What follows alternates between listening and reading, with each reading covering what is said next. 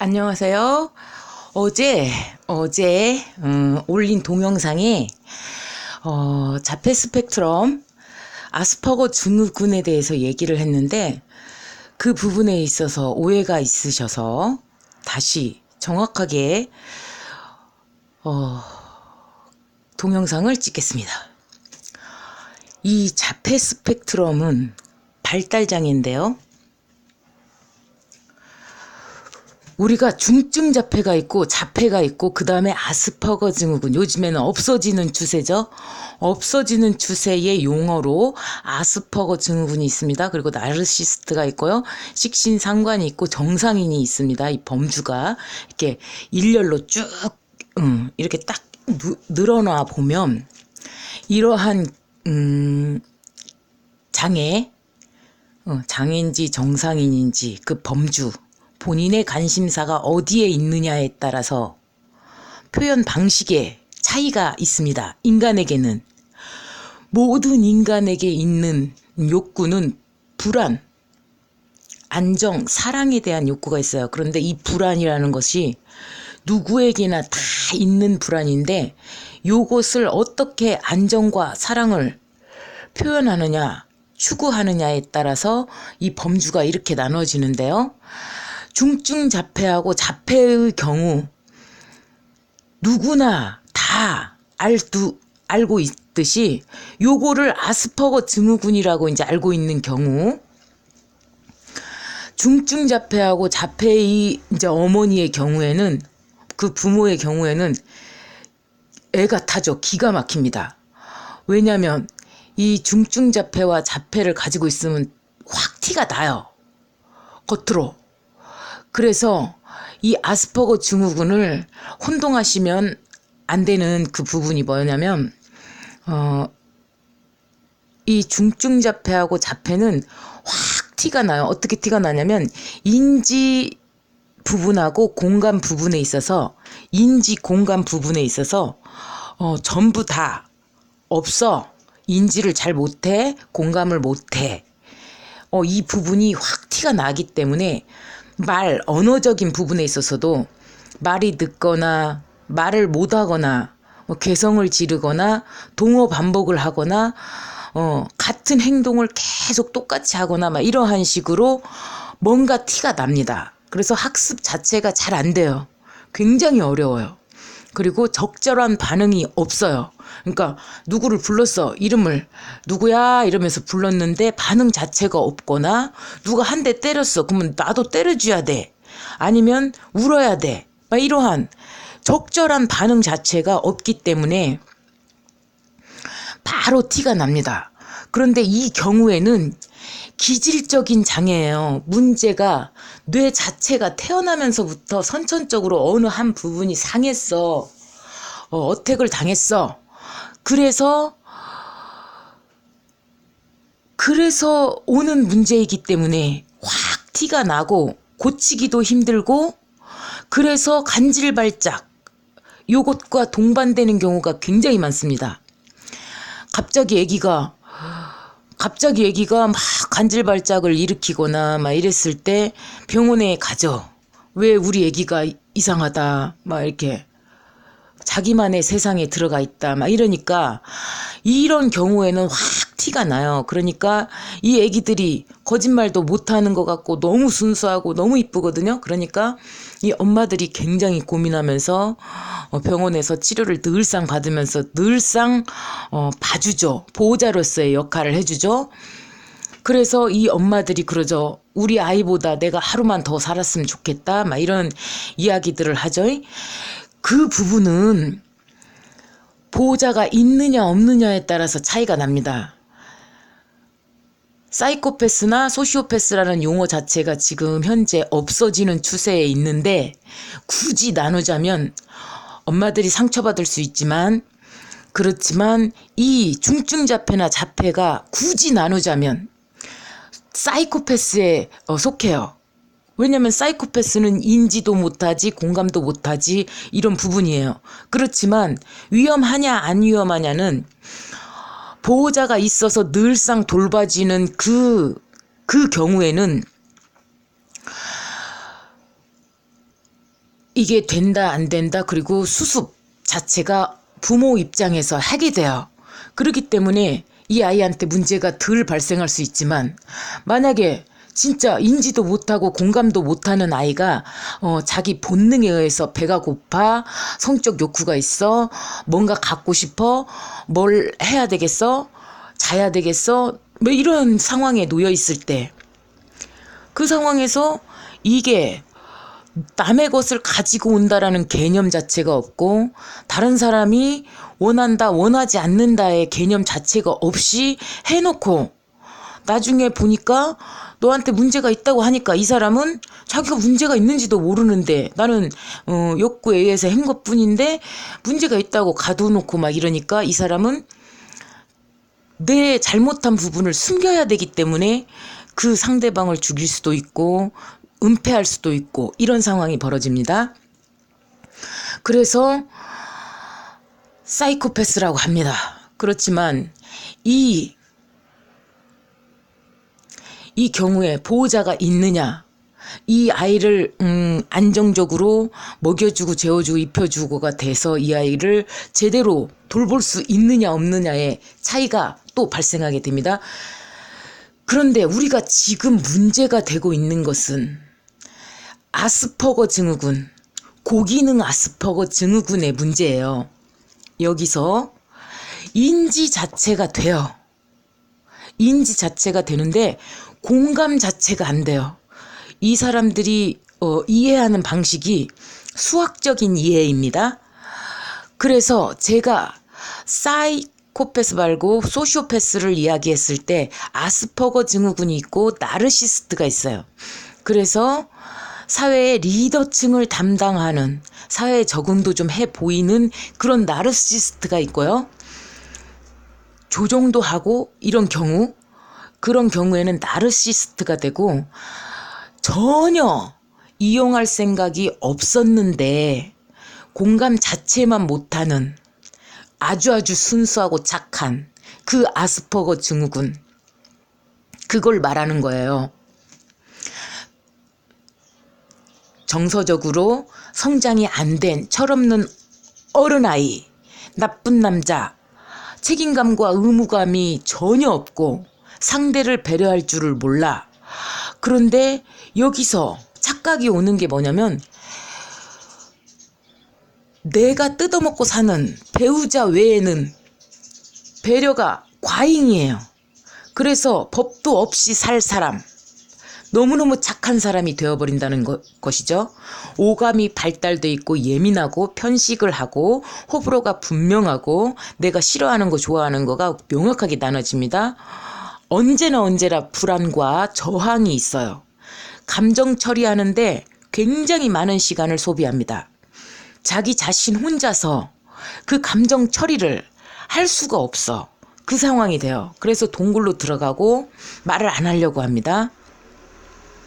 상대의 욕구를 인식하지 못합니다. 배려하지를 못해요. 전체적인 판단이 잘 안 되고 매우 고집을 부려요. 이 큰 그림, 전체적인 그림을 이해를 못하고 주변 상황을 파악하지를 못해요. 디테일에 집중을 합니다. 시시콜콜 이 함축적인 의미를 모르기 때문에 문자 그대로 해석을 하고요. 대화가 안 통해. 초딩 같아. 마치 어떤 벽에 부딪힌 것만 같아. 정서적인 교감 자체가 안 돼. 그래서 자기 자신의 느낌, 자기 자신의 감정 자체가 죽여져 버렸기 때문에 어렸을 때부터 학습에 의해서 또는 어떠한 학대, 폭력이나 막 혼내는 거, 내가 맨날 주눅이 들어있어. 이러한 상황 때문에 자기 자신의 느낌 자체를 표현하지를 못합니다. 그래서 이 사람이 정서적인 교감이 되지를 않고 마치 텅 비어있는 것 같은 그 느낌이 있어요. 그 느낌. 착하고 순수하고 동정심 유발을 굉장히 잘하는 것은 겁먹은 듯이, 불안한 듯이 이 표정 자체가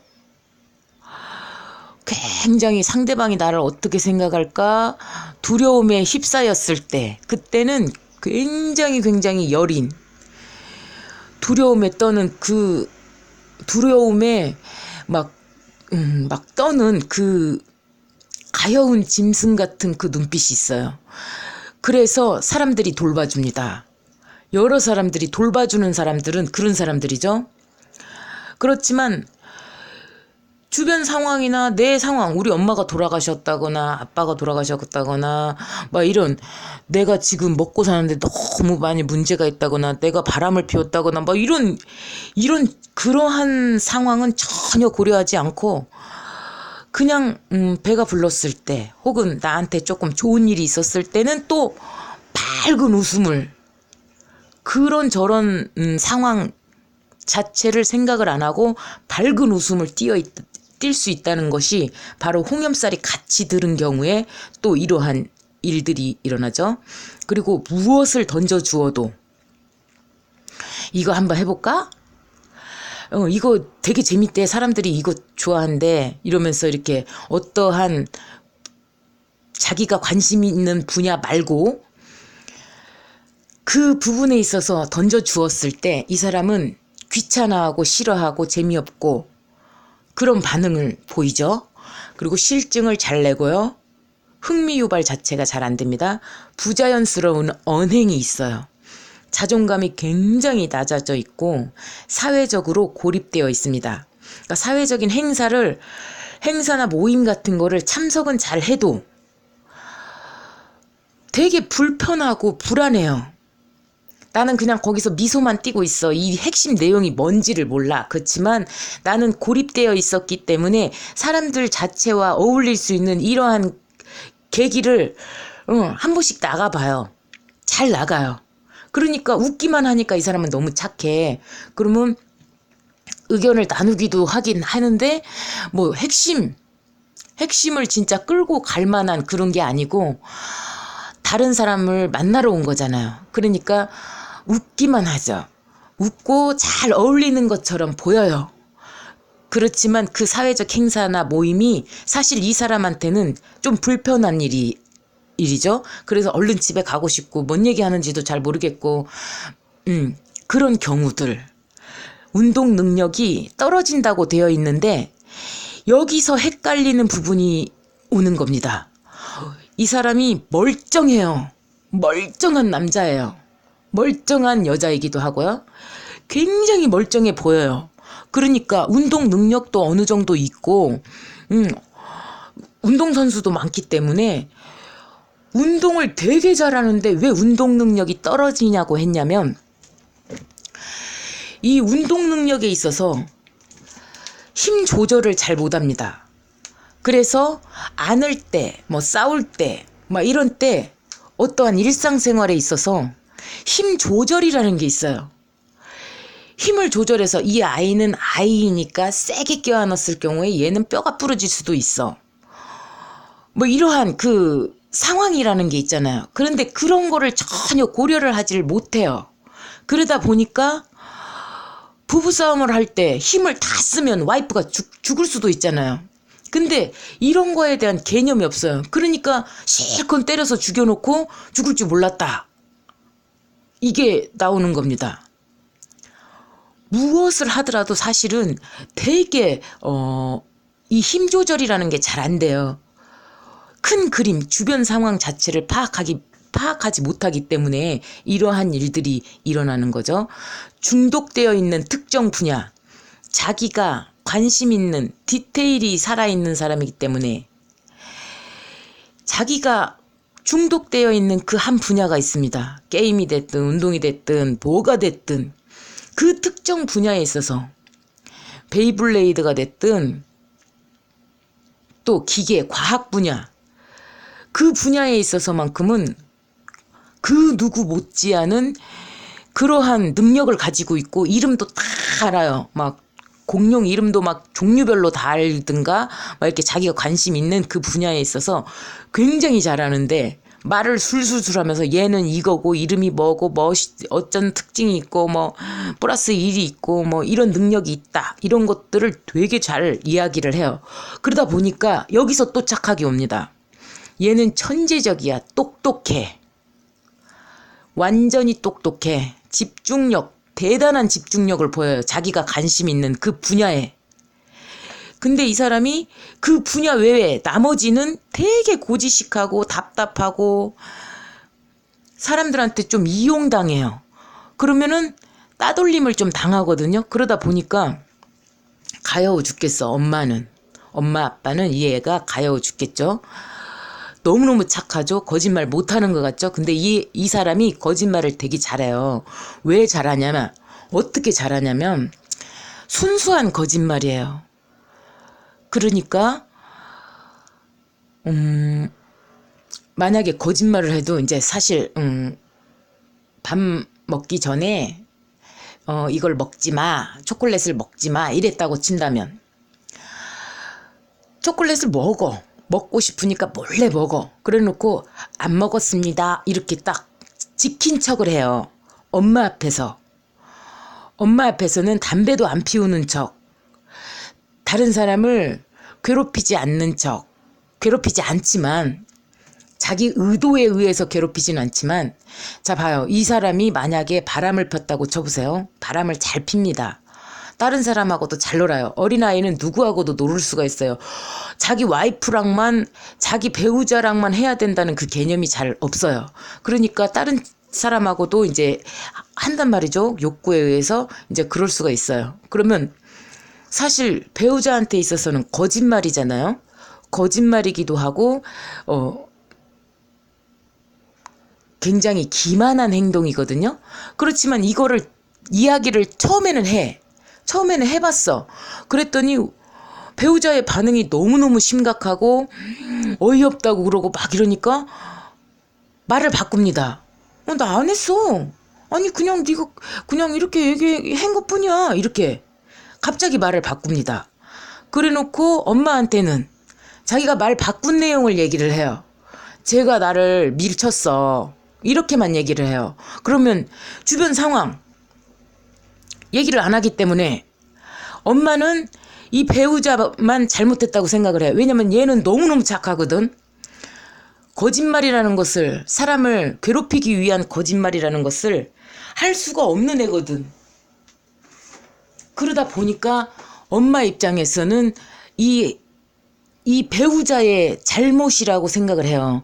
그러면 그 배우자가 왜 밀었는지를, 전체적인 상황을 알아야 되는데 엄마는 우리 아들 편이기 때문에, 우리 자식 편이기 때문에 그 생각을 하지 못합니다.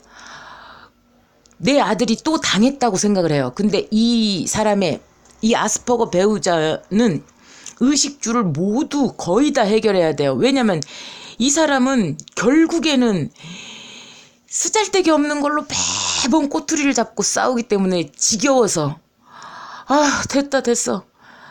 여기다가 체력 소모를 하느니 그냥 차라리 내가 한다. 내가 하고 만다. 설거지를 시켜도 뭐 1시간, 2시간씩 막 만약에 한다고 쳐보세요. 그러면은 이 배우자가 훨씬 더 잘해. 왜냐면 이 사람이 계속 안 했었기 때문에 그 모든 것을 혼자 책임지다 보니까 능력이 매우 뛰어나졌어요. 그리고 되게 아껴요. 왜냐면 이 아스퍼거 증후군이 안 벌어오고 벌어와도 잘 안 주려고 그러고 되게 돈을 인색하기 때문에 뭐 직장을 얼만큼 다녔는데 뭐 몇 년 동안에 걸쳐서 산 것이 뭐 무크 신발 하나야 뭐 이런 식으로 소비를 하기 때문에 되게 인색해요. 그러다 보니까 이 와이프가 쟤를 다루게 돼요. 식신상관의 배우자가 되기 때문에 이 식신상관의 배우자가 그 모든 걸 해결하고 있어요. 그러면 자기가 만약에 설거지를 하면 10분이면 끝나거든요. 그러니까 물도 아낄 수 있고 10분이면 끝나는 일을 쟤는 2시간 동안 물을 틀어놓고 하니까, 그러니까 시간도 너무 많이 걸리지. 막 물도 너무 많이 쓰지. 이러니까 식신상관이 됐어 내가 할게 이렇게 돼버립니다. 그러다 보니까 아스퍼거 증후군이 점점 더 능력이 없고 그대로 배우자가 해주는 그대로 있고 요구 자체가 없어요. 본인의 요구. 뭐 돈을 얼만큼 모아가지고 이 돈으로 좋은 집을 만들어서 아니면 좋은 집을 사서 위로 우리는 더 잘 사는 걸로 나아갈 거야. 여기 지금 커튼이 없으니까 커튼을 이렇게 달아야 되겠다. 뭘 해야겠다. 이런 계획 자체가 없어요. 식신상관의 배우자가 모두 다 계획하고 모두 다 늘리는 그런 경우가 되기 때문입니다. 근데 이 아스퍼거 증후군에 있는 사람, 자폐, 여기에 있는 사람들 중에 서번트 증후군이라는 게 있죠. 천재성, 이것조차도 설명할 수가 있습니다. 이 사람들이 여기서부터 여기까지는 수학적인 이해를 하기 때문에 과학이나 기계 쪽에 천부적인 재능을 가져요. 그러다 보니까 이제 천재성이 드러나는 거거든요. 음악, 과학, 기계 이런 분야 천재성이 드러나는데 그게 바로 이제 서번트 증후군이죠. 그런데 10%한테만 이 서번트 증후군이 나타난다고 그래요. 근데 사실은 이 자폐를 가진 사람들은 100%의 서번트가 있어요. 사실은. 그런데 그 중에서 10%만 이 정상 범주에서 인정해주고 써먹을 수 있는 천재성이기 때문에 10%한테만 서번트 증후군이 나타난다. 요렇게 평가를 하는 겁니다. 근데 사실 왜 얘네들이 100%의 서번트를 갖냐면 디테일이잖아요. 어느 한 부분에 있어서 굉장한 디테일을 가지기 때문에 그 디테일한 부분들을 굉장히 잘 알아요. 그러니까 여기서 천재성이 그래서 나타나는 거예요. 이 사람들은 전체적인 측면을 고려해야 되잖아요. 그러니까 이 디테일을 살릴 수가 없거든요. 근데 이 사람들은 전체를 외면하고 딱 하나만 디테일을 갖기 때문에 이 사람들은 그 자기가 들여다보고 있는 그 분야에 있어서 굉장한 디테일을 갖는 겁니다. 그런데 서번트 증후군 천재성이라고 인정해주는 그 부분은 이 정생범주에서 돈과도 연결시킬 수 있고 기계, 과학, 학문적인 그 분야에 연결시킬 수 있는 우리가 써먹을 수 있는 그 분야에 있어서 우리가 정상인들 범주에서 인정해주는 예술성과 과학, 기계, 과학 뭐 이런 부분들에 있어서 우리가 인정해주는 그 분야만 가치가 있는 분야에 있어서 천재성을 드러내는 그 부분만 인정을 해주기 때문에 10%의 서번트라고 얘기하는 거죠.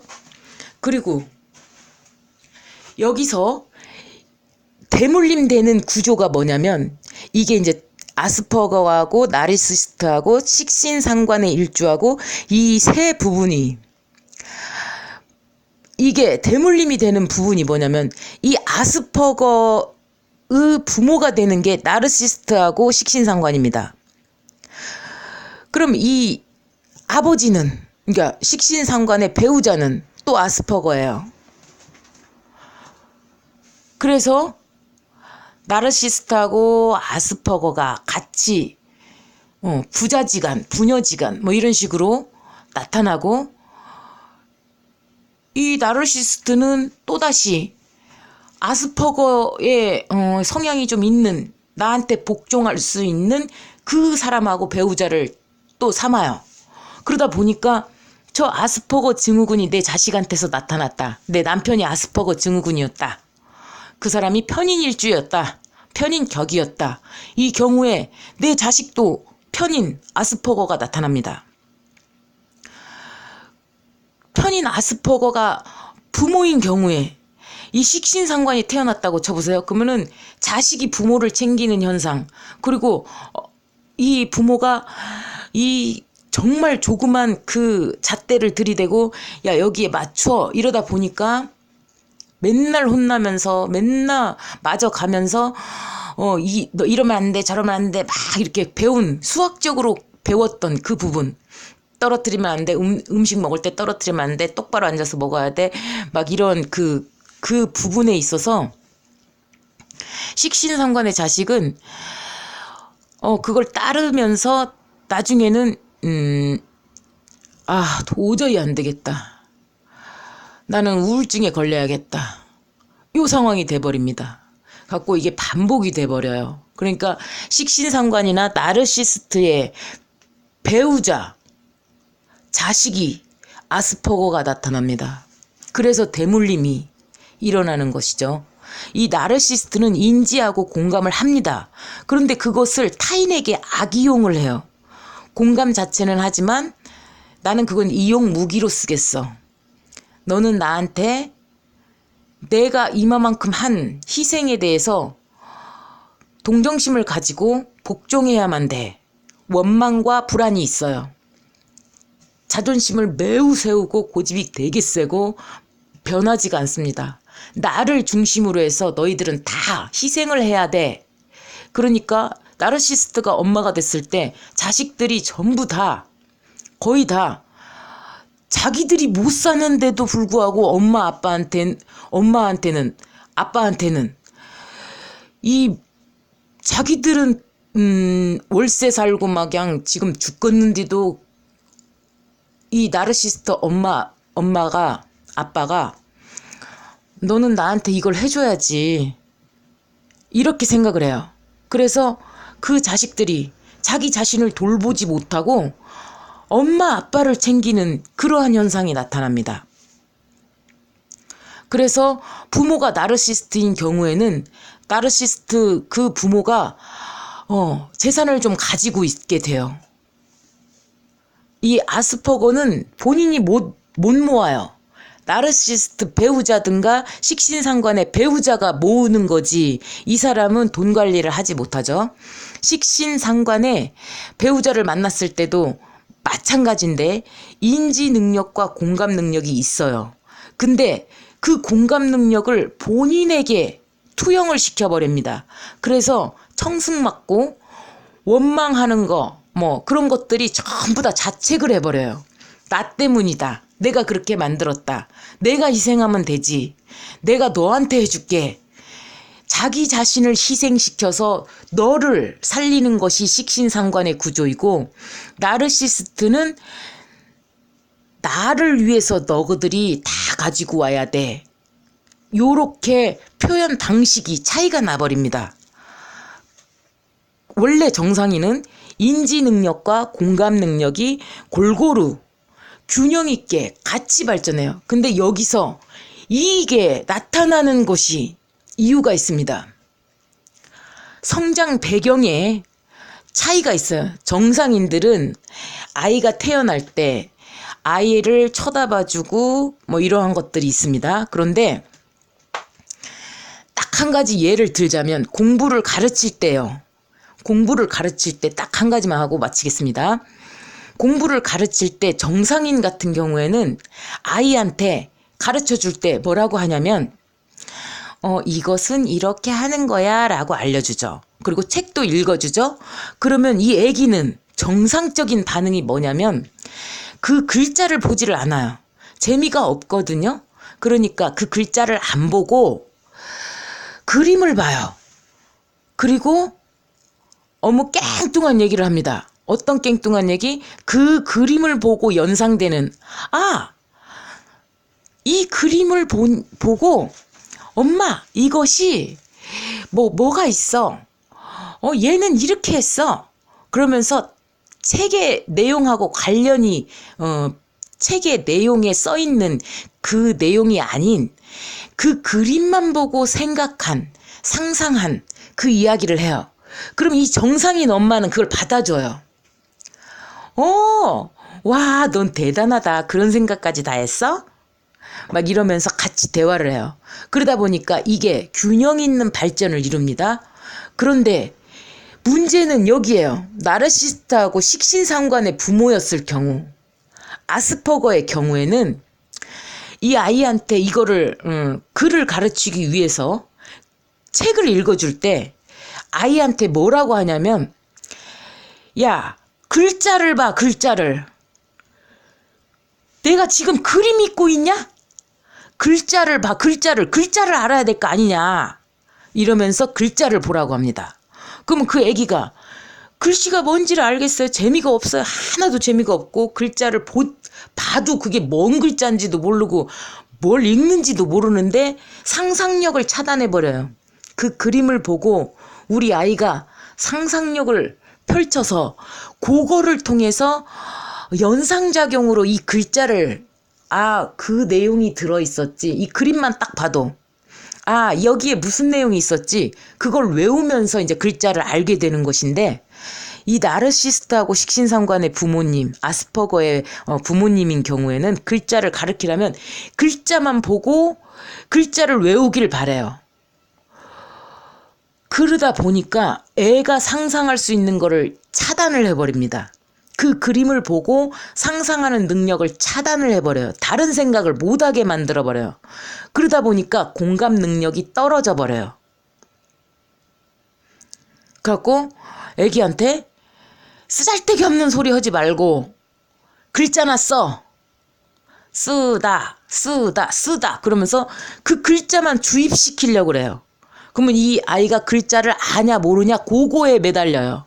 그런데 사실 이 쓰다를 공부를 하다 보면 이 정상인들이 가르치는 방식으로 보면 쓰다를 하다가 엄마 쓰다 쓰자로 시작되는 말은?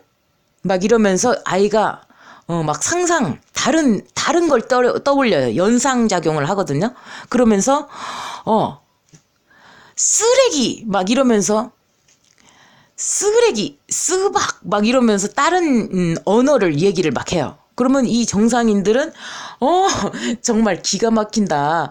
잘했다. 막 이러면서 같이 공감을 좀 해주면서 아이의 자존심이 상하지 않게 아이를 존중해 가면서 이게 돼요.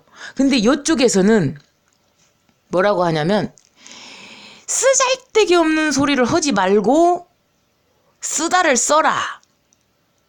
이 목적만 바라봐요. 그러다 보니까 공감 능력이 차단되고 이 전반적인 부분에 있어서 차단이 돼버립니다. 그래서 나는 쓸데없는 생각을 하면 안 돼. 나는 이걸 못할 거야. 그래갖고 굉장히 불안감이 오고 자기가 선택한 그 부분이 잘못되었나 안 잘못되었나 이 부분에 있어서 굉장히 불안을 더 많이 가진다는 사실입니다. 이 식신상관들 나르시스트가 왜 그렇게 되었냐면 목적 중심이 되어버렸냐면 이 사람들이 어떤 상황에 직면해 있냐면 아스퍼거의 배우자와 같이 살기 때문에 의식주를 모두 다 해결해야 되는 상황이 돼버려요. 식신상관의 경우에 의식주를 모두 해결을 하다 보니까 이 식신상관들은 지쳐요. 아이랑 같이 놀아줄 수 있는 시간이 없어져 버려요. 그러면 네가 좀 알아서 해라. 엄마가 아프니까, 엄마가 너무 바쁘니까 내가 너랑 놀아주지 못하잖아. 좀 해라.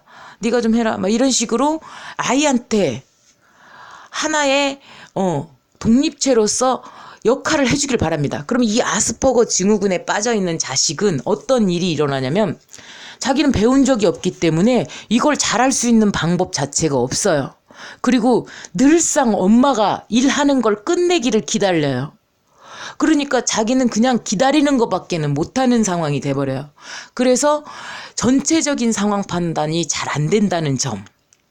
이게 요렇게 맞아 들어갑니다. 그런데 이게 어떠한 의미가 있냐면 이 자폐 스펙